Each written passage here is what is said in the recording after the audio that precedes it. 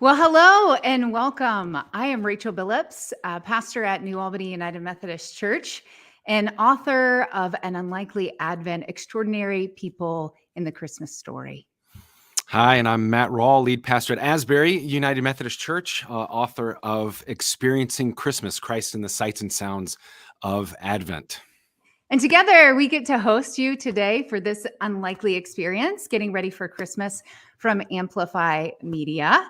So welcome, Matt. I'm absolutely delighted and full of joy because you are here with me hanging out today. Friends, I want to encourage you throughout this entire experience. If you have questions, put them in the chat. We're going to get to them at the end of our conversation.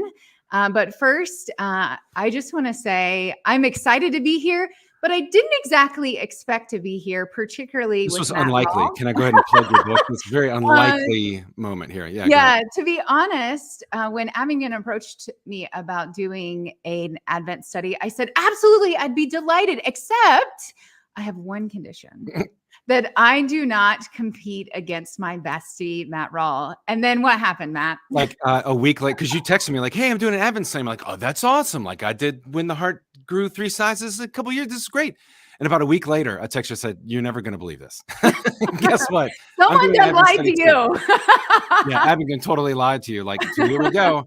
Here we go. And yeah, I would encourage you to use the comment section for questions later, because this is live and it's like really live, which always makes me very nervous when talking to Rachel, because there needs to be a 7-second delay in a lot of these, because she uses very colorful Midwestern language often that we don't use in the South. So use the comments for questions, but also like to hold her accountable. Treat the comment section as an accountability group for her language. That would be very helpful for all of us. I love you too, Matt. Let's go. Yeah, exactly. Speaking of unlikely, because it was unlikely that we were both coming up with Advent books, and so yours, an unlikely Advent, right? Because you take a look at these B players, I guess, of the Advent story. Where'd you come up with that idea? What was the inspiration behind that? So one day I was just really thinking about, a nativity story, like a classic picture of a nativity story. And a question really popped into my mind. What about Herod? Why don't we actually include Herod into this Christmas story? And I began to discover, like, in every single Advent study that I've ever seen, no one really includes Herod in that story. And why is that? And then I started. He's the bad guy, right? I mean, why would we? Villain. Why would you include the villain? And then, Zachariah and Elizabeth. And I wanted to know more about the Magi, and I wanted to know more about the shepherds. So these people who aren't like Jesus, Mary, and Joseph, these folks who really are an integral part of the story, but don't always get as much press as everybody else. Mm-hmm. And so it really spiked my curiosity. Well, and say something, because I would not have guessed to spend, like, you might touch on Herod at some point in the Christmas story, and even after Christmas, really, because that one Sunday in the Christmas season is actually the story about Herod. Say something. You spend an entire chapter. I do on Herod. Say something about why that captured you in particular. Yeah, why did I get obsessed with a villain? And so, actually, about a year ago, my mom and I were on a trip to the Holy Land, and I've got to get it together. My mom just passed away. Yeah, and so we're at Masada. We're on Masada, and I'm looking over like the valley, and I'm sitting there. And Masada is a really cool place. If you've not been, I just want to encourage you to go. And there's all this grandeur, and you can kind of feel. We're on the veranda, and I'm thinking to myself, "Oh my goodness, Herod the Great could have like stood here." It's not quite sure whether he did or not, but he could have stood here. And all of a sudden, you're overlooking this valley. You're on this huge plateau. And it dawns on me, like, holy crap. Like, no wonder this guy felt powerful. And I began to feel that same power and that same like pull. And then I began to ask the question, like, oh, wait a second. He's not just the villain of the Christmas story, but where's the Herod in us? How do we relate to Herod and his story? And so I do explore like the history of Herod. I explore like who this person was. How did he become Herod the Great? He didn't start out that way. And I began to build really some empathy, not ignoring just the travesty and the oppression that he like dictated toward the Jewish people in particular. But I began to wonder, how are villains created?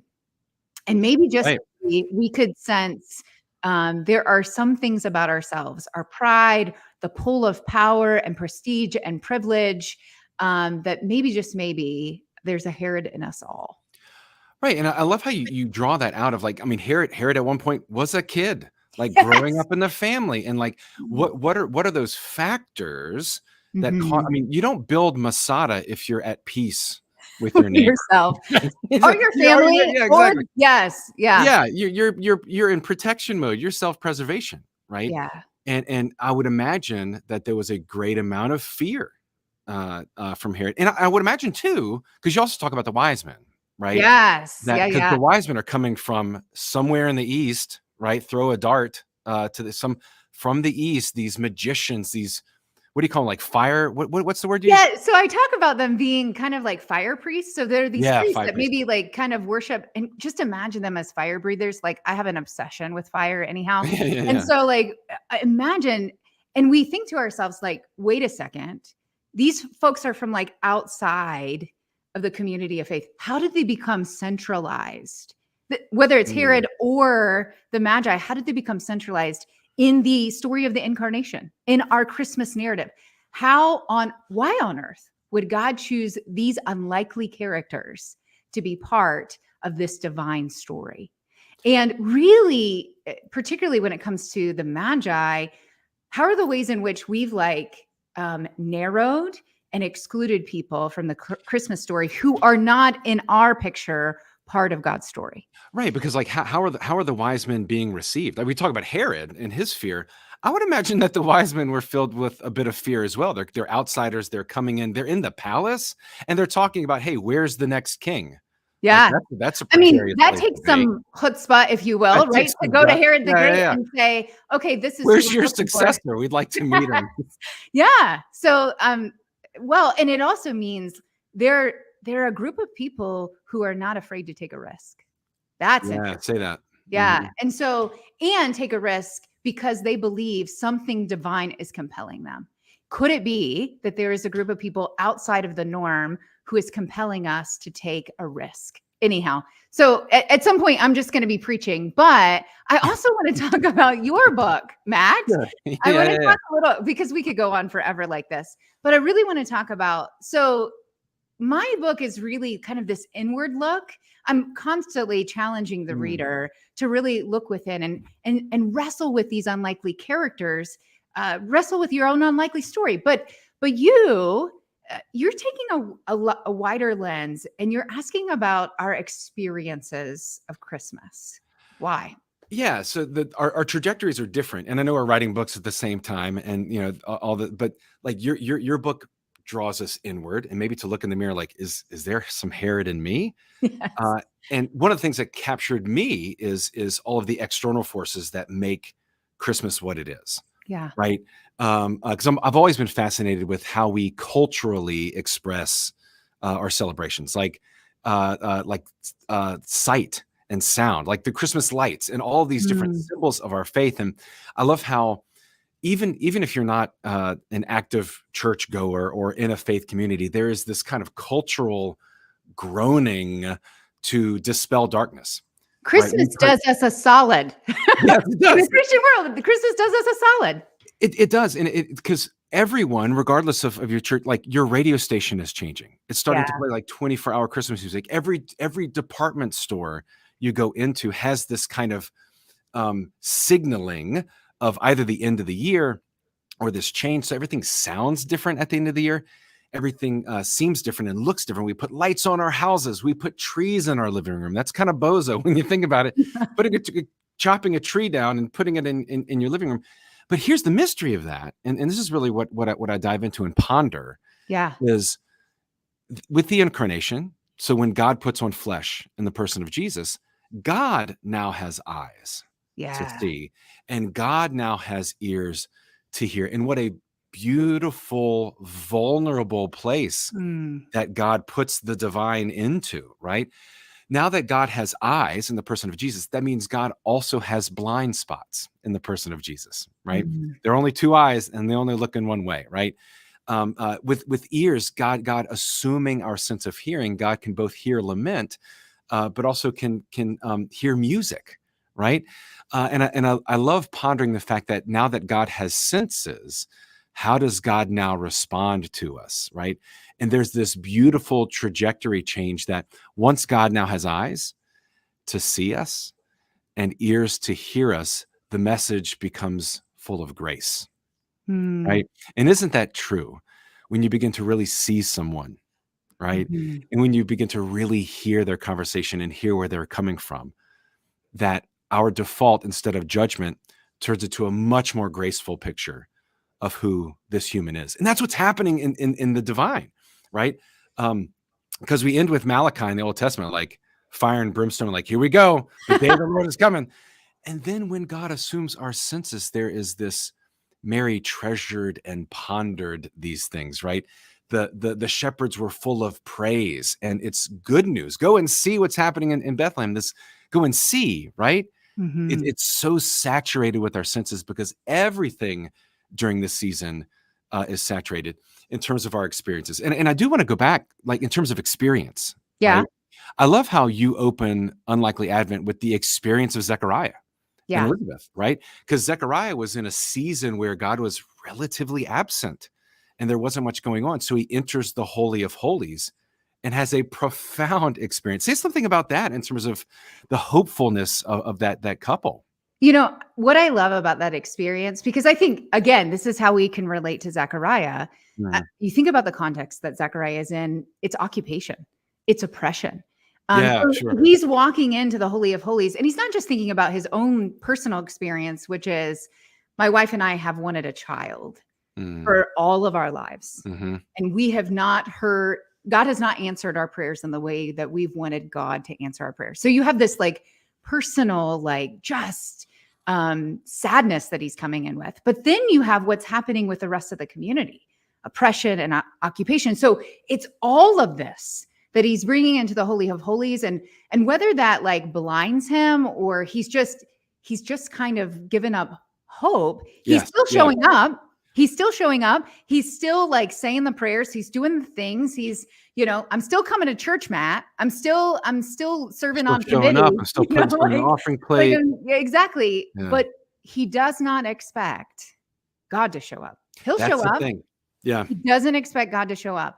And God shows up in the most, it seems like a likely place. I mean, God should show up at church, right? right, sure.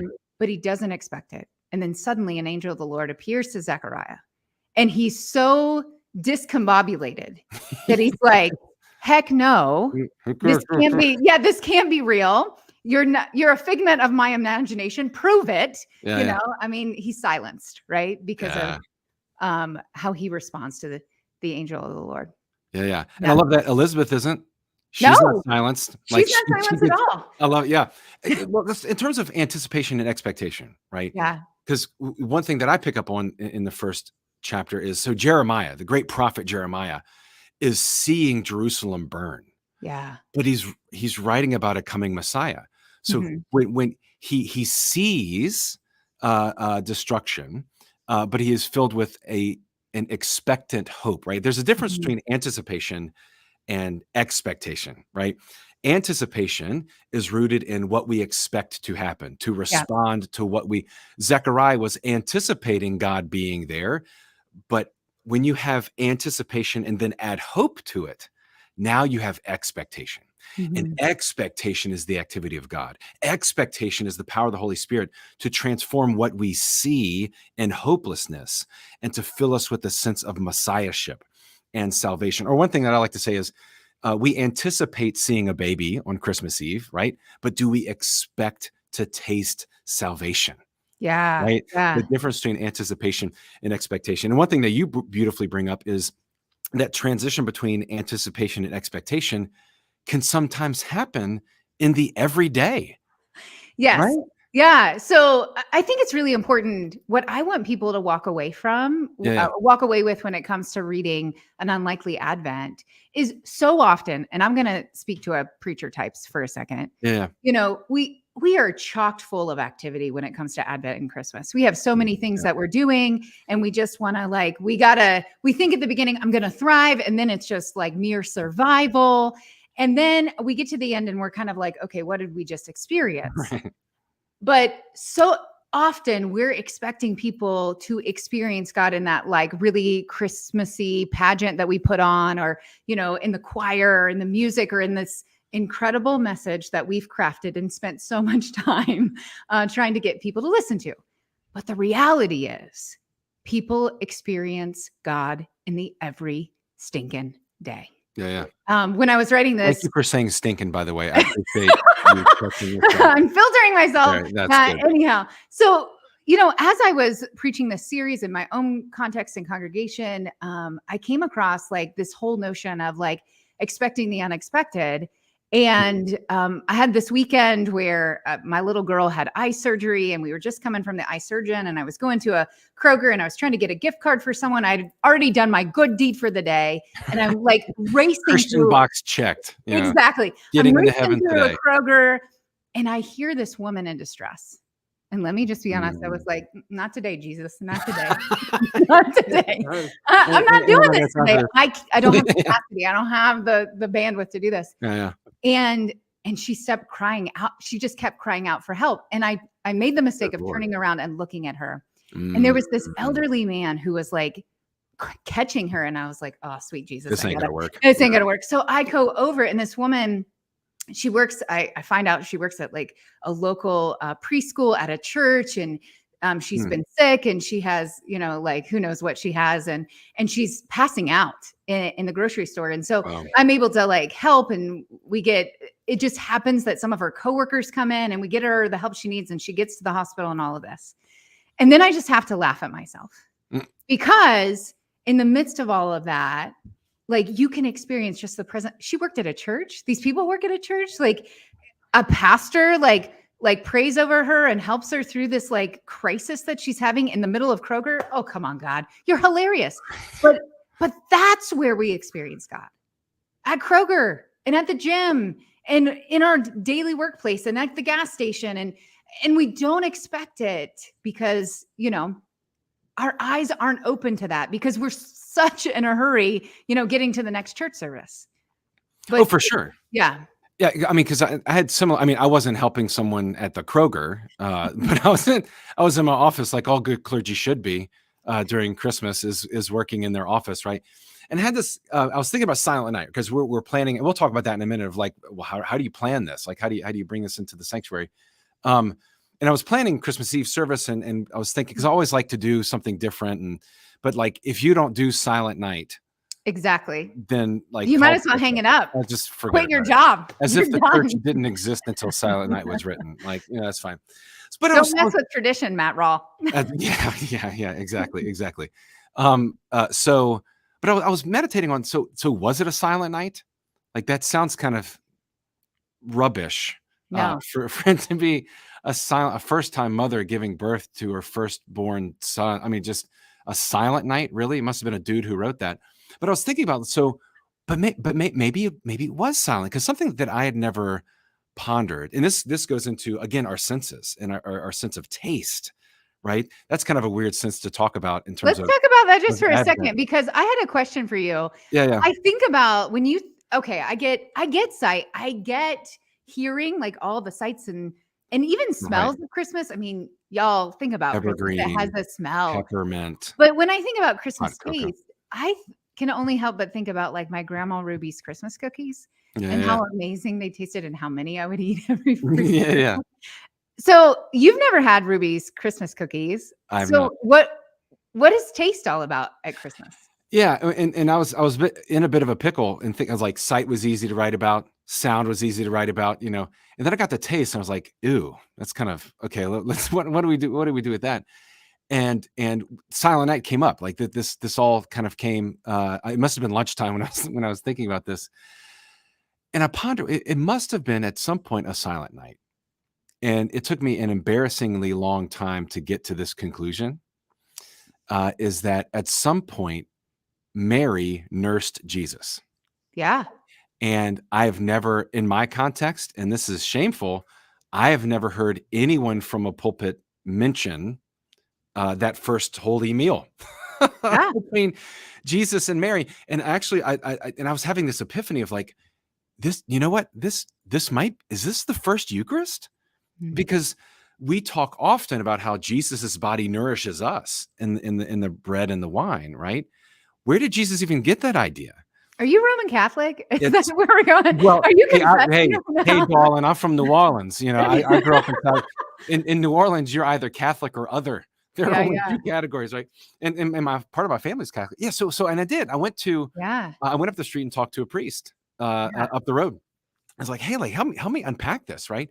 I said, is there some kind of official recognition of like the first feeding or even the weaning of Jesus? And there is no official recognition of this gift that Mary gives to Jesus. Mhm, Mary nourishes Christ's body mhm. first, right? And here's the cool, like, Holy Spirit, because I know like you're basically a Pentecostal, so you'll appreciate this. I Yeah, yeah, am. yeah.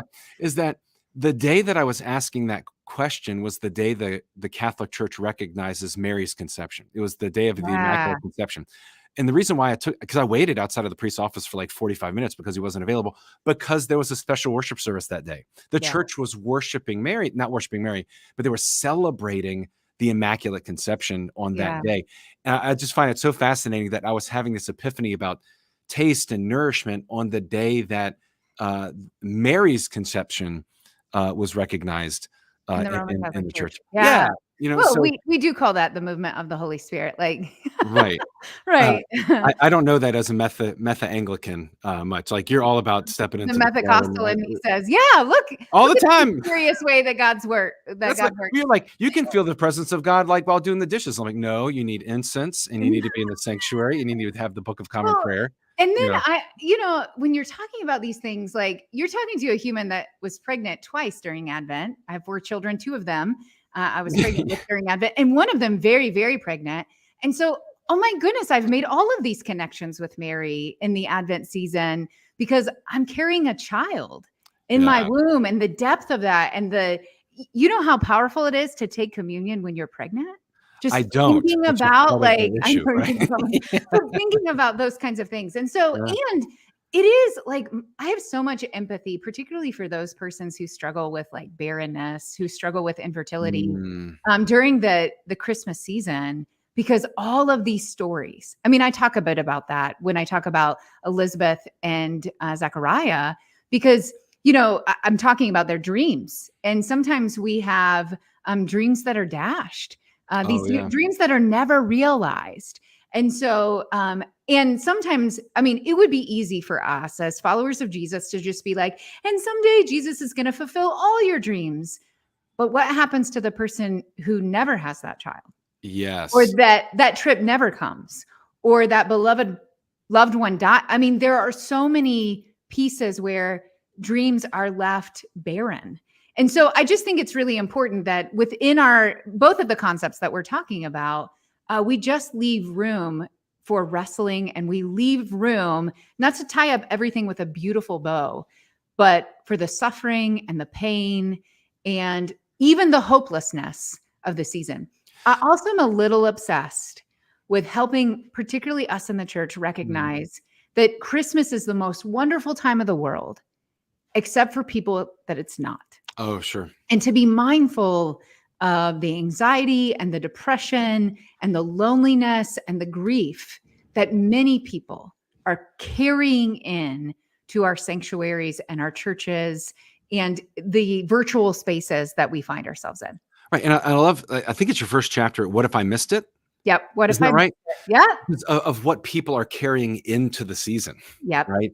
A regret from the past that is now irreconcilable and that can't be repaired, right? What if I missed it? Also, in also looking into the future, like what needs to change about my trajectory right now to help fulfill that future hope? God, and that's a great question. What if I missed it? Right? What is the it that you're feeling, that you're wrestling with and feeling feeling that remorse. I mean, one thing I miss is Ruby's cookies. You And did. what if I missed it? I did. You did. You know, Ruby's. although my sister every once in a while tries to like recreate them, but she made them like she was like a machine. They were like so thin and so crisp and so perfect. So tough luck. Say that. So okay. Yeah. So is part of the charm of these cookies is their imperfection? Is that where you were going with that? No, they were perfect. I'm the sorry. cookies were Like perfect. Grandma Ruby made them perfect. We make imperfect. That doesn't help. No, it doesn't. I mean, It doesn't help your theology, does it? But let's. Oh, I'm going to segue on this one. Let's Okay. talk about the imperfection of the season, because many times, we prepare. Advent comes every year, right? And in the life of the church, Advent comes every year. In the life of the church, as pastors, many people who are tuning in, maybe you're worship leaders, maybe you're children's ministry directors, maybe you have some part to play in this piece of preparation. And in some ways, we take ourselves way too seriously. And we think if we just don't get everything exactly right, then like baby Jesus isn't going to be born, or we're not going to have the second coming or something like that. So we're not going to experience the incarnation in its fullness.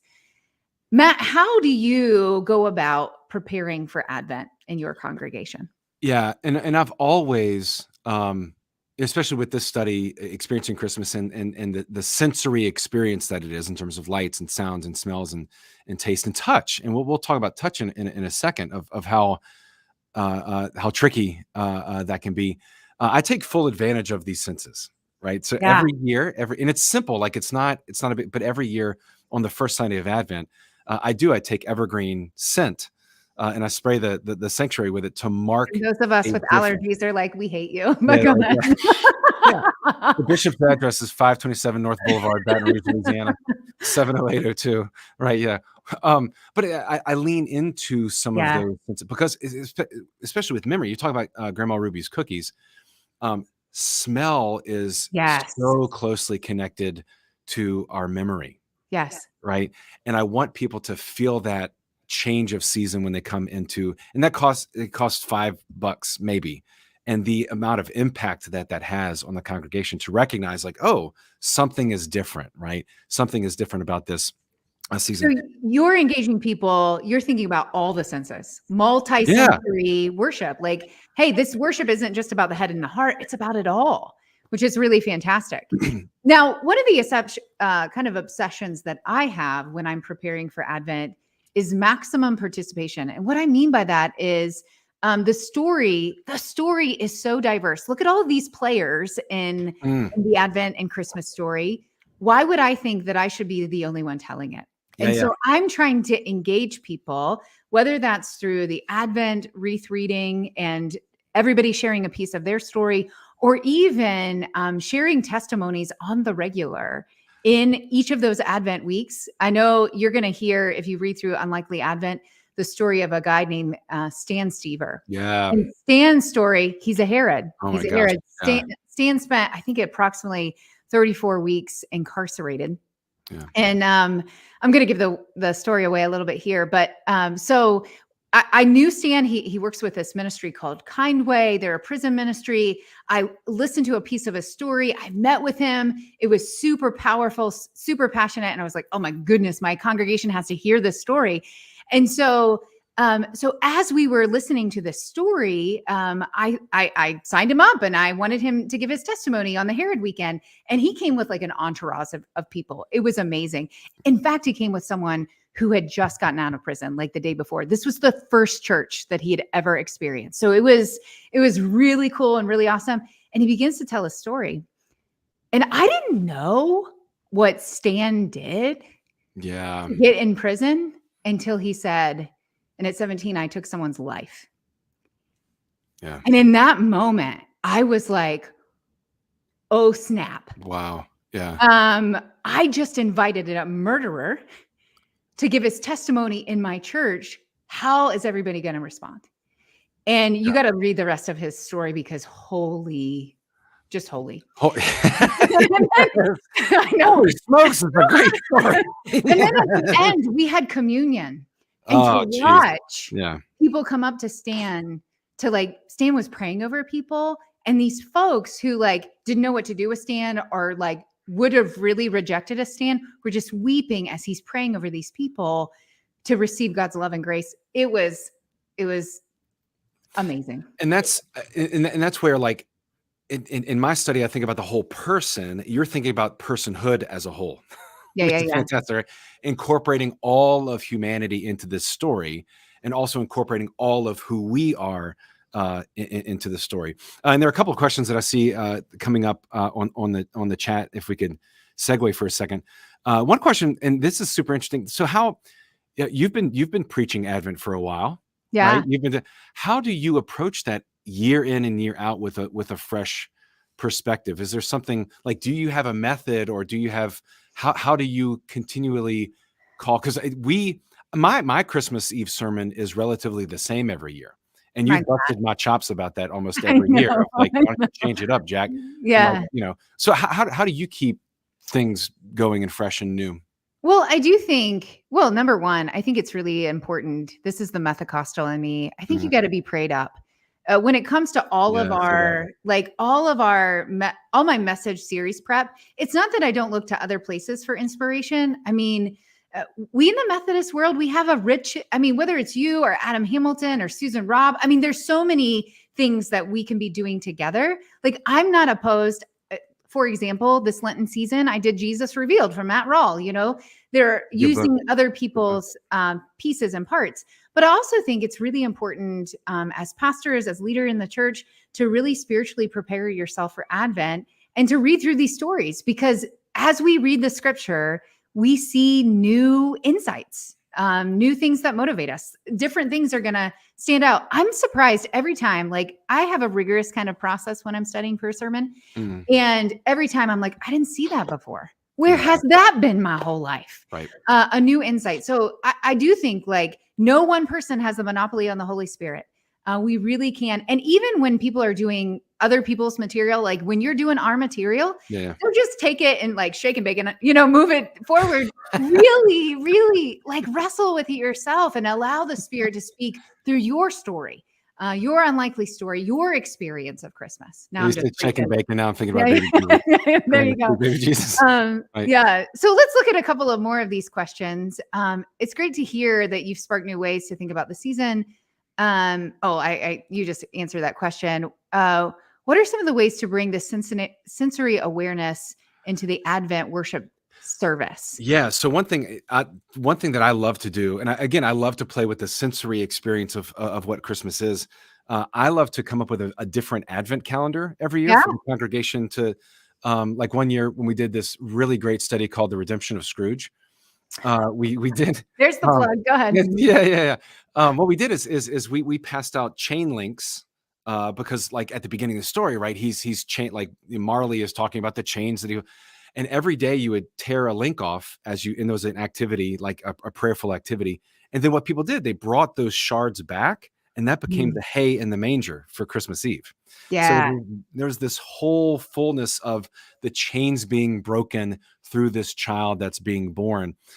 So if you're looking for something different to keep people engaged for the entire season, I would encourage you to lean into what might an Advent calendar look like in your context with either of these studies, like with an unlikely Advent. One of the things I love about that story of the wise men is that maybe one of those activities in your congregation is to change your context, go into an unfamiliar place, bringing the gifts of Jesus, right? Bringing the grace that you have received into a new and maybe unfamiliar place, to like lean into that. So I love playing with the idea of what an Advent calendar might be. It's family oriented, like the kids can totally get into it.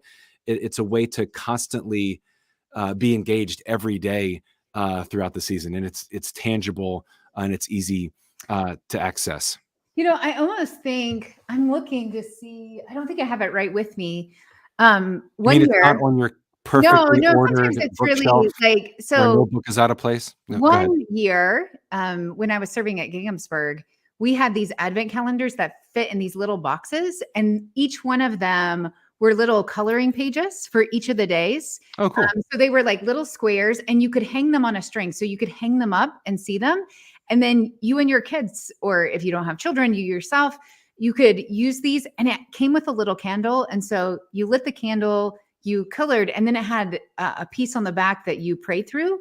It was just really, there's so many ways that you can create, even in-house, Advent calendars that are really life-giving and multi-sensory. I mean, think about lighting the candle, and you have the smell of the candle, and then you have like the coloring, and then all the things. So that was really, really special, and really one of my favorite Advent calendars that we did. Another question is, what is something surprising that you learned through this process of writing this study? What's something that you did not, you're writing on an unlikely Advent. What is something unlikely that happened to you Oh, during this process? gosh. So there's so many ways I could answer this Sure. question. Let me take a deep breath. Yeah. So, gosh. Mhm. So the sub theme of my book is my mom and I's trip to the Holy Land. Mhm. And because it just comes up again and again. I mean, you're in the Holy Land, you're going to be in Bethlehem, you're going to be in Masada, you're going to be in these places and spaces where Jesus was lived and breathed and was born. And you'll find that this was one of my mom's dream. It was on a bucket list to go to the Holy Land. Mhm. And as I was writing through this season, my mom was diagnosed with pancreatic cancer. Yeah. And so what this book really taught me over and over and over again, number one, was to really slow down Yeah. and to really experience God in the most mundane of places and Mhm. spaces, which is not like, slow is not my speed. That's even ridden in a car with me. Like, Oh, I'm glad my insurance was up to date. Oh my gosh. No, so no, no, no. I was driving. No. Back up. I was driving, and you literally said, like, do you mind? Because I apparently was not driving fast you enough. were You're like, not do you even mind? Do you mind close if I to drive? driving So you fast literally enough. asked for the keys. Like, do you mind if I drive? I'm like, sure, yeah, whatever. And you like pedal to the metal. Oh my god. So slow is not my speed. It is just No, not my speed. it's not. But I've, Mhm. through this writing, just recognized, like, the more that we slow down, I'm not saying come to a halt. Right. The more that we slow down, the more that we open our eyes, the more that we try to see the unlikely in all the mundane things that we do, the more holy we're going to experience. And certainly time slows down when you're walking with someone who's going through a cancer journey. Yeah, sure. Time slows down, and I hate that it has to be something that dramatic Yeah. to slow us down and to appreciate just the fullness of life. But yeah, going through that book, and again, you can't predict this stuff. My mom passed away a couple of weeks ago, and the book was dedicated to my mom. So Yeah. just the way the Methacostal in me, God weaves all of this together so beautifully Yeah. to be a gift, not only to all of you, but honestly, a gift to me. One Yeah. last thing I want to say about that. Yeah. So a couple of weeks ago, my mom was so proud of me. She always was. A couple of weeks ago, we're in the hospital, and she had been reading through my advanced copies of the book, and reading really started to become hard for her. And she kept saying to me, Rachel, this is so deep. There's so much in here. I want to grasp it all. And I realized what she also was saying to me is, like, I just can't concentrate long enough to read. And so I read the book to her. Yeah. And I mean, just the experience of reading a portion of her story back to her, super, super profound and super awesome. So yeah. So you're getting the full version of me today, including the messiness as well. Well, Yes. and what I love about that is the way that you embraced her story and the Yes. way that you embraced her journey with cancer, especially at the end of you just embraced all of her, Yeah. the good All of times, it. the bad times, right? And that is what I found surprising in my writing is in terms of touch, because I know touch is very important, especially like with your mom near the end, holding hand and embracing her body that was failing her. Is there what I discovered is that there were only 2 times in the entire gospel story where Jesus's body was embraced Yeah. fully, right? And certainly Mary held him, certainly Joseph held him, but Simeon in the temple is the first record of him holding Jesus and fully embracing Jesus's body. and now my eyes have seen your salvation. And what a refrain that is, for good, for ill, in good times and bad. Now my eyes have seen your salvation, and the beauty of that. And then the other time where Jesus' full body is embraced is on the cross. Yeah. When Joseph of Arimathea took his body down from the cross, his entire, so, and what that meant to me in terms of what I found surprising is to embrace Jesus is to embrace the entire story, right? From the manger to the empty tomb, the resurrection, and all of it. Just like the beauty of reading your mother's story back to her is embracing that entire journey. Yeah. Right? And what a beautiful opportunity in Advent to jump into that. Well, I mean, it makes us think about like the word became flesh and blood and moved into the neighborhood. It doesn't get more raw and real than that. And I think, again, going back to like the reality is the pristine versions of the nativity story that we have in our minds. Sometimes if we don't take the time to recognize there was nothing pristine, it wasn't always a silent night. Like this was messy and dirty and raw and real. Yeah. We forget all of that because our sanctuary looks really good. Herald angels sing. Yeah. Here's another question that's come up. Any suggestions would you have for bringing the children into worship? I have a couple right off the top of my head. Go for it. I think it's really important when I'm asking, particularly when I'm asking people to do Advent readings or even a reading for the Advent wreath, I'm always looking for different configurations of family. Sometimes it's a single person. I want diversity in all of its forms. And I really do think it's an incredible opportunity for kids to tell a portion of their story. And our kids are bright and brilliant, and they say the most amazing things about God. And so I really do think it's okay to give a kid a microphone, right? To give a kid a microphone and an opportunity, to share. I know we have a regular practice. I mean, our kids choir is going to sing every single year. They're going to participate in those kinds of ways. And whether it's an Advent wreath or many of kind of these other tangible ways, I think it's really important to partner with your kids' ministry, that you're on the same page. I know that you're doing many of the same things so that they're kind of studying alongside of you the pieces and parts of your Advent journey. So yeah, and we do two things. One, in terms of, again, the senses of the season, our Hanging of the Greens worship service is primarily led by youth. Like the youth come up and they decorate the tree and they say something about it. They pray. The youth pray over the tree, which is a powerful image, and they bring the decorations up. We also do something, we call it a spontaneous nativity, where we have dinner. And while dinner is wrapping up, we just say, okay, we're putting on a pageant right now. Right. And we bring the costumes out and we say, who wants to be Mary? Boom. Who wants to be Joseph? Boom. And we put it together. And my favorite moment in the entire time is we always pick a dad to be the donkey in the story. It's just fun, man. It's just a great, lively, wonderful way it takes zero. I mean, I say it takes zero preparation. You have to get the costumes and that kind of stuff. Yeah. I also think it's important hey, clergy, right? Your staff also are tired during this time of the year. So in light of the simplicity, Rachel, as you were talking about, the spontaneous nativity takes zero planning. Yeah. It doesn't take a 60-piece orchestra, right? Yeah. It doesn't take 50,000 candles that you have to hold that you're going to use for Christmas Eve. It's, hey, let's do this. Let's do this now. And we're actually going to stream it this year on Facebook, our spontaneous nativity. And it's going to be tons of fun. So with your worship service this year, is there one thing that you want people to take away? And it may be in terms of unlikely Advent, and maybe just, kind of your focus more immediately. What's that one thing that you hope people take away from a Christmas Eve worship experience? Well, number one, I just want to encourage us that when people are coming into our spaces and places at Christmas Eve, last year here in the great state of Ohio, it was a balmy 4 degrees and it was snowing. Like? And honestly, we still had 500 people who showed up for our 4 Christmas Eve services. So I just want to encourage you, like people are coming at Christmas Eve that sometimes honestly don't come any other time of the year. And I think it's important. Sometimes in the church world, we look at that and we have a little bit of judgment, but I think that's an incredible opportunity. And so on Christmas Eve, not only am I wanting people to experience the incarnation, I want them to experience the actual presence of Christ.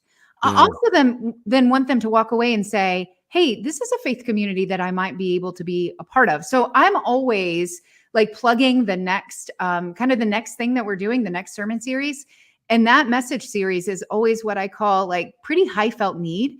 And whether that's like, whether we're talking about health or relationships or even this is what it means to be part of this faith community. This is who we are, kind of a vision casting series. I think it's really important to pull people back in and say, hey, we'd love for you to be part of what God is doing in this place and space. Yeah. So go ahead. No, I was going to say, and I take a bit of a different approach for Christmas Eve, because on Christmas Eve, and I love that because you're projecting them into tomorrow. Yeah. Right. Like, hey, this is not the end of the journey, right? This is part of this story. Let's keep the story going. And I take a different approach. I'm very much focused on, so what are you doing tonight, Christmas Eve, tomorrow, Christmas morning, right? Yeah. This is when memories are made for good or ill, like forever, right? What are you doing tonight? No pressure. Yeah, no pressure, right? The grooves that's in your kids' brains this night and tomorrow morning, right? And it's not about the gifts, right? It's not about, I can't remember, like, I mean, maybe I remember getting like Optimus Prime one year for Christmas, whatever. Like, it's not but I remember who was there.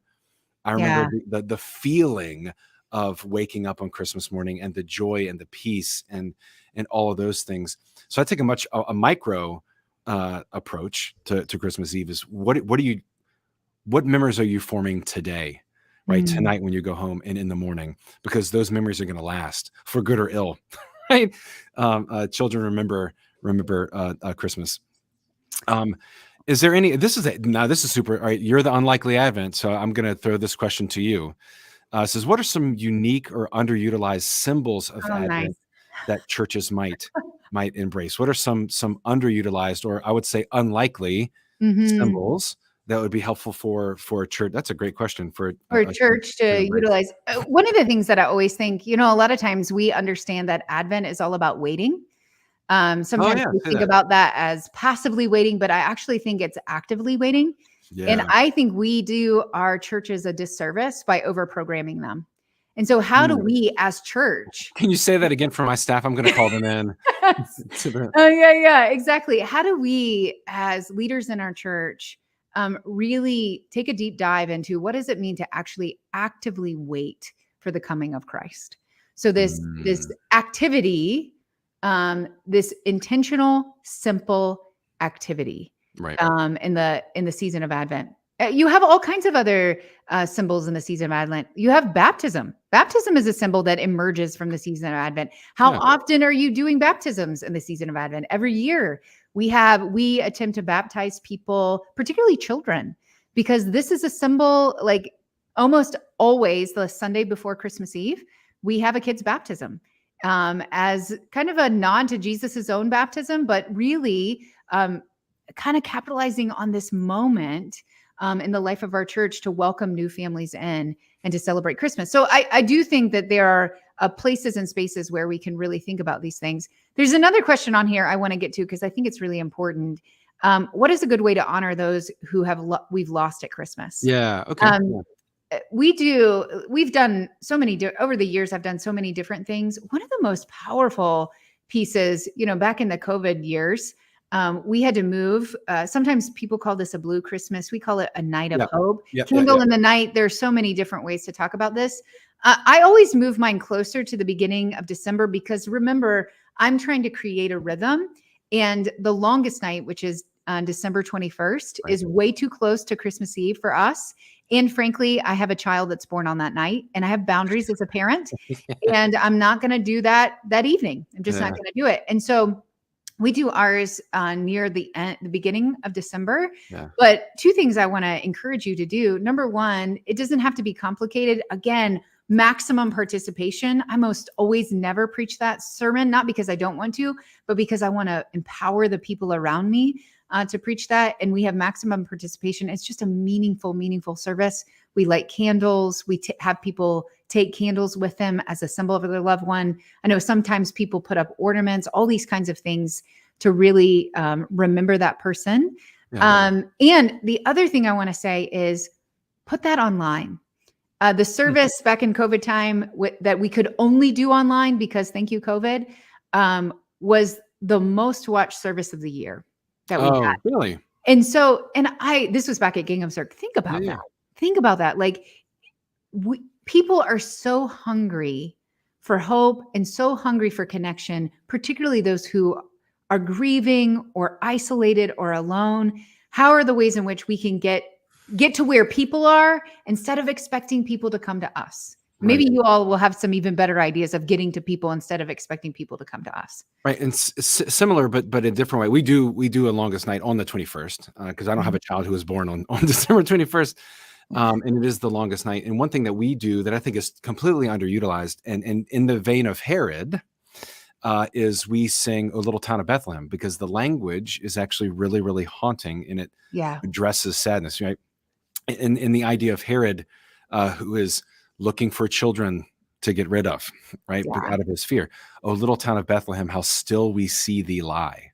Yeah. Above thy deep and dreamless sleep, the silent stars go by, and in thy dark streets shineth the everlasting light. The hope and fears of all the years are met in thee tonight. I think that's an underutilized song in terms of dealing with great sadness. So we are very close to the ending of our time. Yeah.